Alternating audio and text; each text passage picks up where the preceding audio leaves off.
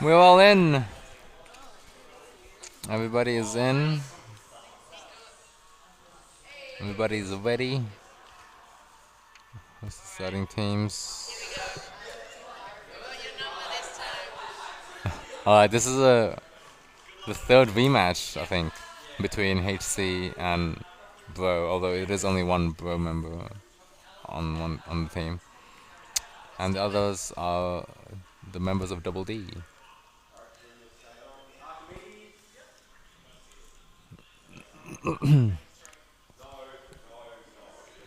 So, waiting on Nicosar to pick a weapon selection. But on the Bravo team, we've got Angela with a brush, Petloaf with a Tentactech, and then I think Dr. Chaos and Dr.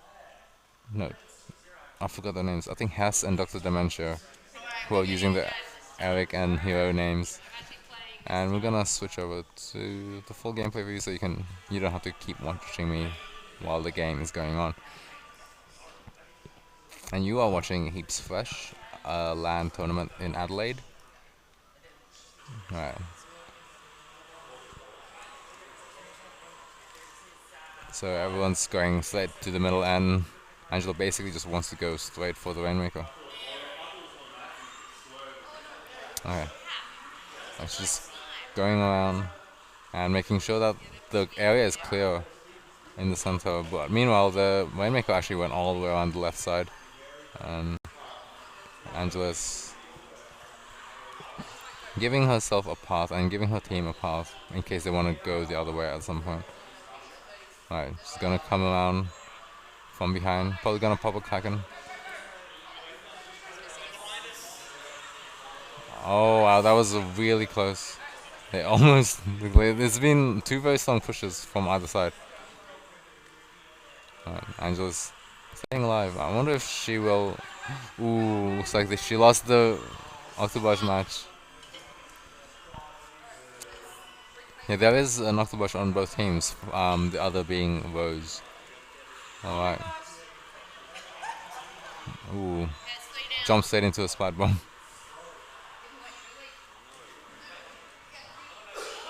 Oh, that was a quick knockout from Hayley's Comets.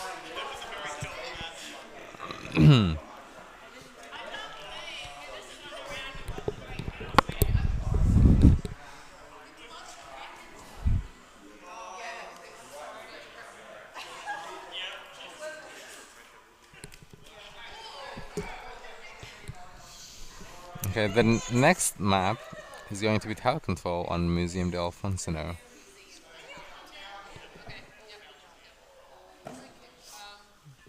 And Museum is a map that has a lot of moving parts and a lot of platforms that you can hide in.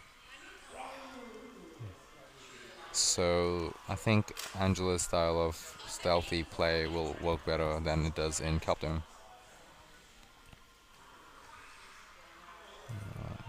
So let's see. We've still got the same weapons on Bravo team, and we can't tell what's on the Alpha team until the match actually starts.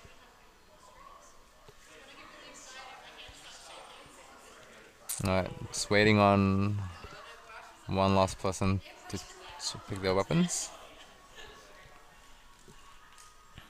Alright, and let the battle commence.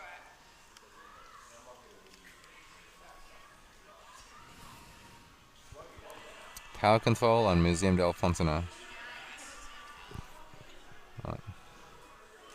So this is a similar map style to a similar mode to Rainmaker, except the tower is on a fixed path rather than the Rainmaker, which you can take on any angle. Ooh, that was a really good snipe. Cyan team, teal team. Ooh, she managed to get two on but traded. Looks like Rose is using a Lunar Blaster this time around, switching away from the Octobrush that she was using. Alright. Purple is pushing. Ooh.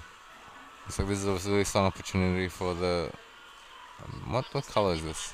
Cyan team. And looks like purple team did lose the lead. Although cyan team is now 3 down. But still pushing. They're continually jumping back onto the tower. Those is using a lot of quick respawn. Alright.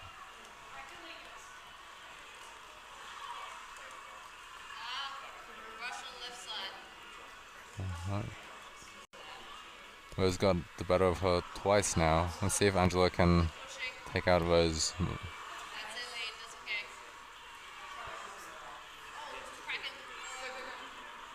Ooh, use the Kraken because she was about to get hit by a bomb there.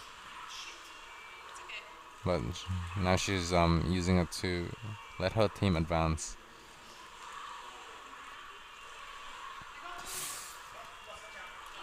That's the third time Angela's fallen to the Luna. But she allowed her team to push very strongly. Yeah, a lot of the map is in Blue's control though.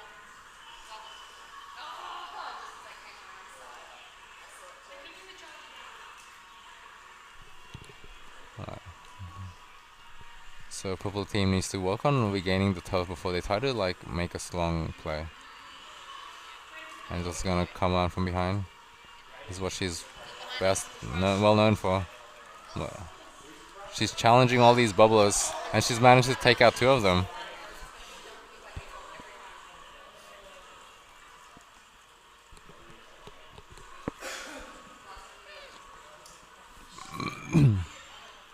Okay. Purple team is still in the lead, but they have had control of the tower for the past couple of minutes. And purple team has 3 down.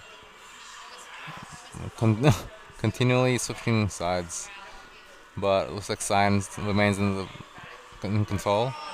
But they just dropped 2 players, and I think purple is going to be able to safely take it back to at least to the center, because there's no more super jumps from the cyan team or from Hayley's Comets.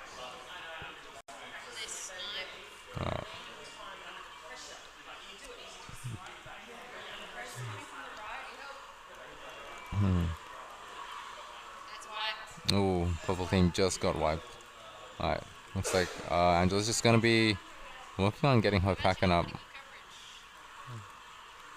Ooh, yet again down to this time on a custom blaster rather than a lunar blaster. Although looks like he's also stacked up a lot of quick respawn, which is kind of in the meta now, especially on tower control when you wanna. Ooh, let's see if they can. Ooh.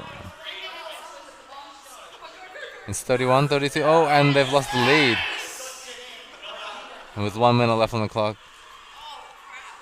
Tower control is one of the hardest ones to do a comeback on, just because you have to take the tower so far and you can't take any shortcuts because the tower's on a fixed path.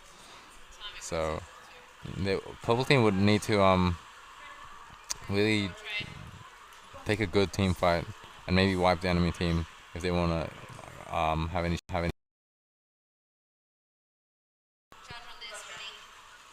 And looks like the gameplay feed froze again. So I'm not sure. I think there's 33 seconds left on the clock.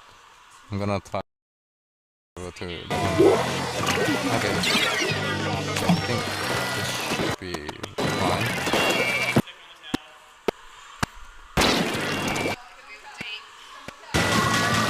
Alright.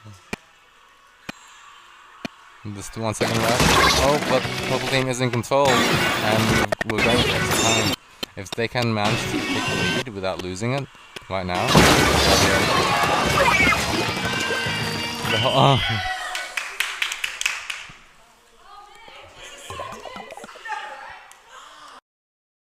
that's 2 maps to Hayley's Comets, and now we've got splat zones on Piranha Pit.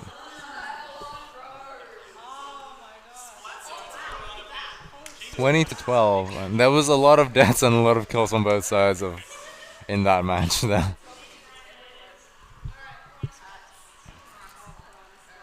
Okay, Piranha Pit Splat Zones is gonna be the third match. This is gonna be match point if this is a tournament point. If Hayes Comets wins this, then they win the tournament. Both of these teams have won one match each so far. Yeah.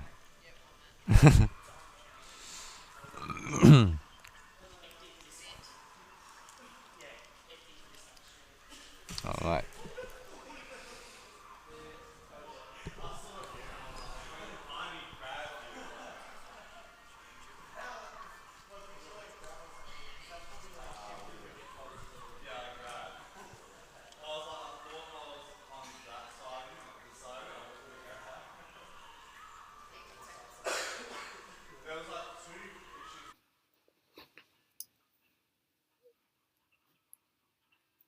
Wait for a minute. Alright, you may have noticed that Hero's talking and you can't hear him anymore. We did lose the audio from this point forward, and you can also see that the video feed in that camera had stopped. So this is Alecat, and I have Nicosar here as well. Yep, hello. And we'll be commentating the remaining matches. So once again, you're watching Heaps Fresh. This is our Adelaide Splatoon LAN, and this is the third match of the grand finals. You're watching Angela's point of view, and she's playing with Team Double D this time as a ring-in. Green team is Team Hayley's Comets, and they are currently 2 games up. So Double D gets the double cap here right from the start. They're able to apply some pressure. They need this because they're out if they lose a single match. Yep. And, you know, they're making it quite tough at this point right now.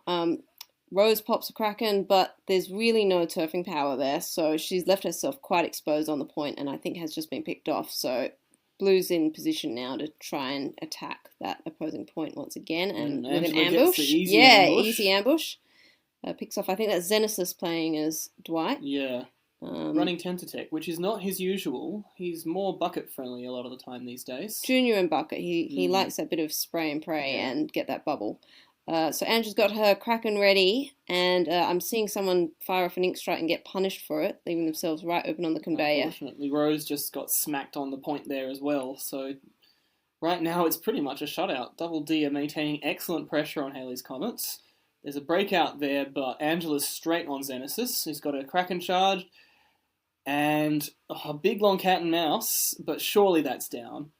No. So whoever that was, there we go. Hess picks them off. Yeah, that was. We have to go over and see what decent. the weapons are. I'd be interested to know who managed that. I'm hoping that was me, so I can brag about something. Looked like a standard shooter, splattershot style. Yeah, maybe an NZAP. Let's have a look. So we are still applying pressure here, and you know this sort of map, I think, is actually a really good map for Angela with her quick movement and ambushes that she normally plays. And Rose is also playing the brush, but not quite keeping up here. I think the problem with Hayley's Comets in this match that we had was getting out there in coordinated pushes instead of moving out one at a time. Because with the brush on the loose, she can pop in at any point behind you. And well, the way the elevation in the map works is it's very easy for to just drop in on people's heads in the streets there. A lot of the time the HC players haven't been paying attention to what's above them, possibly because of pressure, because of the fact that they have not had the points under control. They have inflicted a penalty at least here, so Double D are going to have to tick a fair bit more if they do want to actually improve their lead. But right now they're sitting pretty. Okay, just pulling back there, that's a wise move because that Kraken wasn't going to get that kill and hopefully just going to pick it up from He gets the cheap kill on Alecat there. The ink strike doesn't really amount to much. Sets it neutral, but there's no one there to keep the pressure on. Oh, was that a sprinkler kill?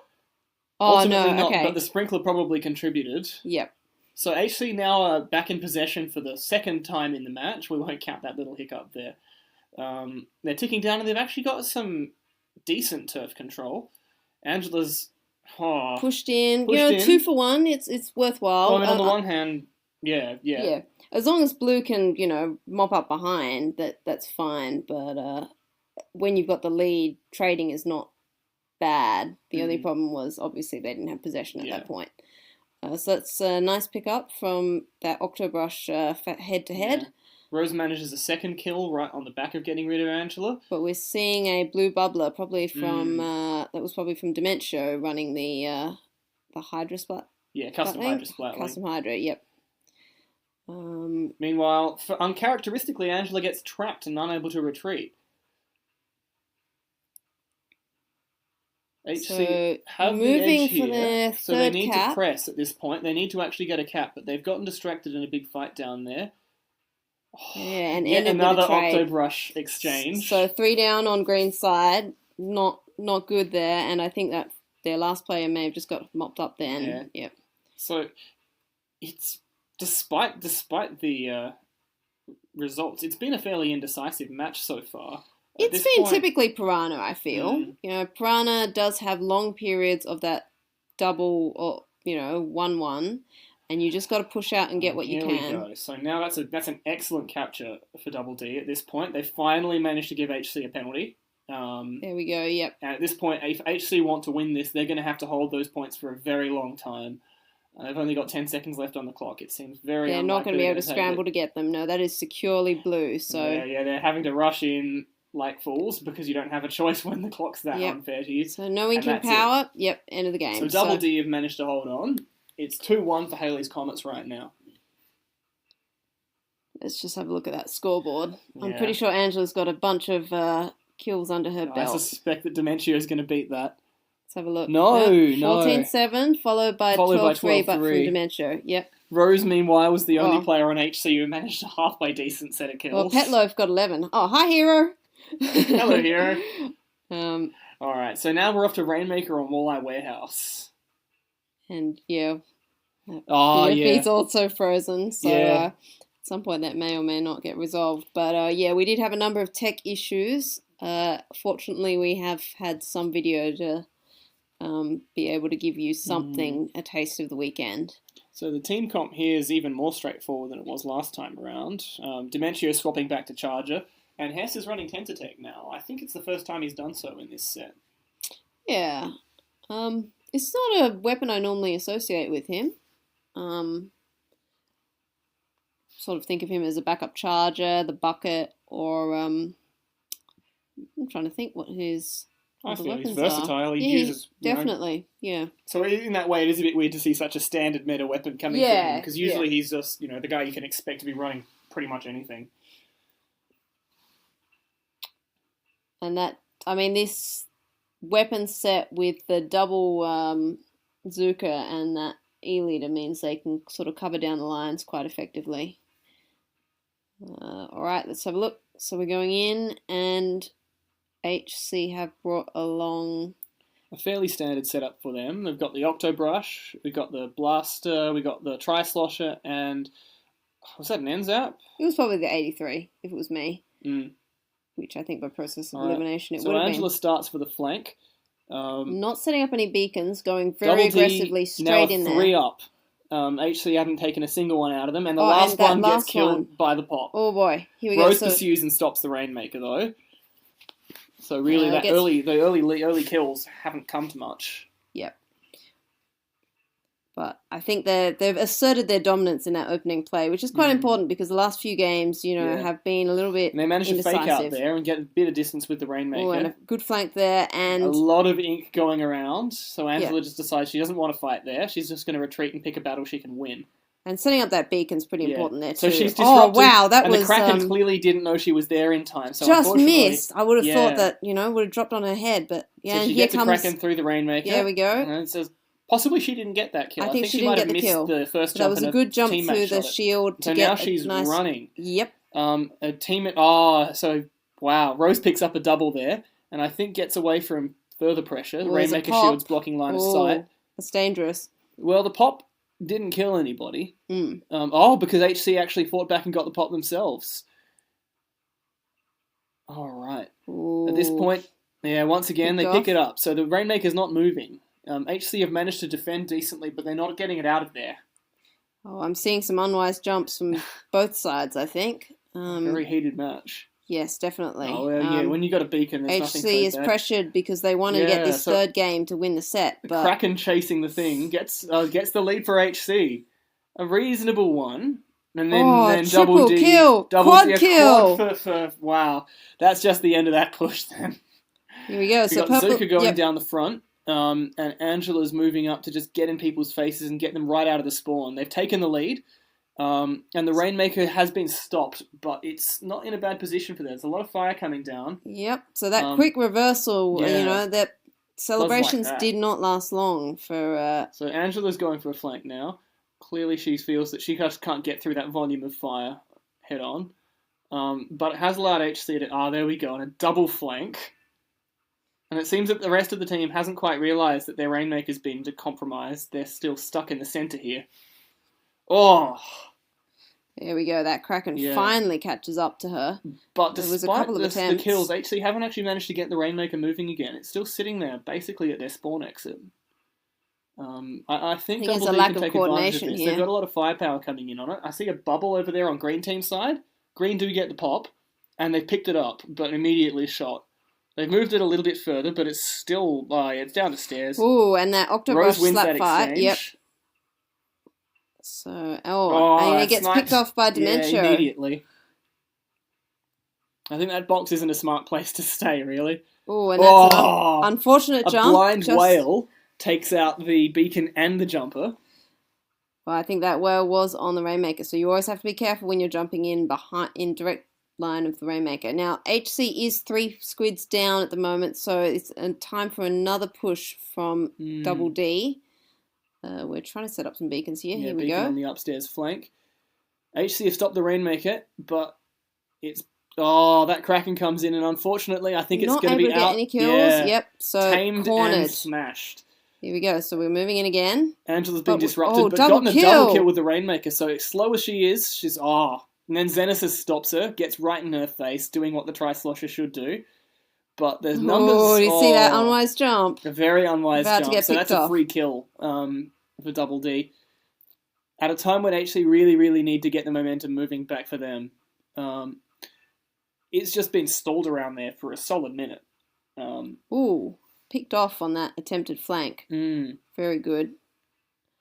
We'll see whether the Charger can pick that one off. Oh, we're not going to see it. Okay, here comes that probably, well, it's not the final push, but the start of what should be that movement if you want to forward. spoil people here? Oh, no, I'm just saying, with 40 clock. seconds to go, you're making your first, inroads, and then you're going to make... Rainmaker sitting open there in the middle of HC's ink. Here we go, They got the pop but couldn't pick it up. So really now, it's do or die right now. Yeah, there's not much time for 40 to move it pickups. Into realistically. the area. An immediate death from HC, just desperately trying to prevent Double D from picking the Rainmaker up, I suppose. Then Rose is baited into putting her Kraken out, and she's going to get Angela that has pop. To commit to jumping down, so she's able to trying for the pop and unable she gets to airbursted, and then it all just gets cleaned up. So that's a second win for Double D. They've leveled the score to 2-2. 2-2, yeah. Oh, that was a crushing defeat. I mean, they maintained. Yeah, it was. They maintained excellent pressure. Was the big thing. They just kept on dictating exactly where the match would be fought and how it would be fought. And even when, so you look at the kill thresholds, Petloaf went on an absolute spree. The other players are all fairly similar across the teams. You know, it was much more that Double D were able to make their kills count.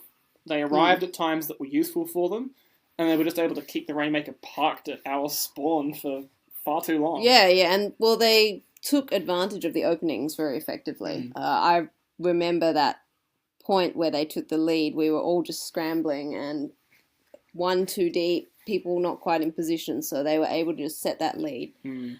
So the final match is on Tower Control Urchin Underpass. So I'm surprised to see Hess still holding the Tentatek It's here. entirely possible that he's changing the weapon last. I expect that's there we usually go. how I approach it. Yep, the slosher. Yep. So we've got some one or two very standard tower control choices here. I mean, I don't think I normally see Dom take the Luna, so Luna, that's is unusual for Dom, but on a tower match, it's obviously a very strong choice. Yeah. Hess is jumping back to try Slosher. And Petloaf and Angela just sticking with their mains. Yeah. I'm a bit disappointed to not see any Aerospray from Petloaf. She's been playing a bit more. I suspect as her aim's improved, she's found less need for the... Yeah, and I think at this type of play, you want to be playing with that weapon with that bit of range. But we've also had very few maps in this set that have been Seeker friendly. Yeah, that's true. Yes, she's very good at the the sneaky seeker, so not being able to capitalize on that, going for the suction bomb instead, tower control especially, makes sense. All right, so Hayley's Comets are running 3 bubbles and a Lunar Neo. Sorry, standard Lunar. I believe that's the same weapons they picked for the previous tower control match, which they managed a pretty respectable win on. All right, so I think Angela might go for an early Kraken here, just to have some insurance. She's making a point of inking.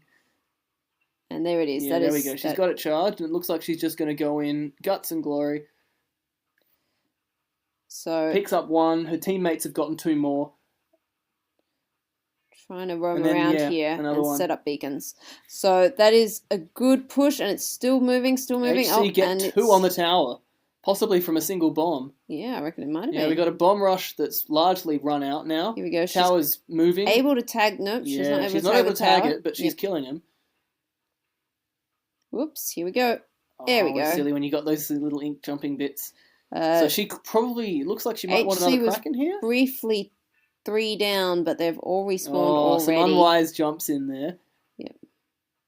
I think she's just trying to open up some paths for retreat. Because so she's able to keep it a little bit stopped here.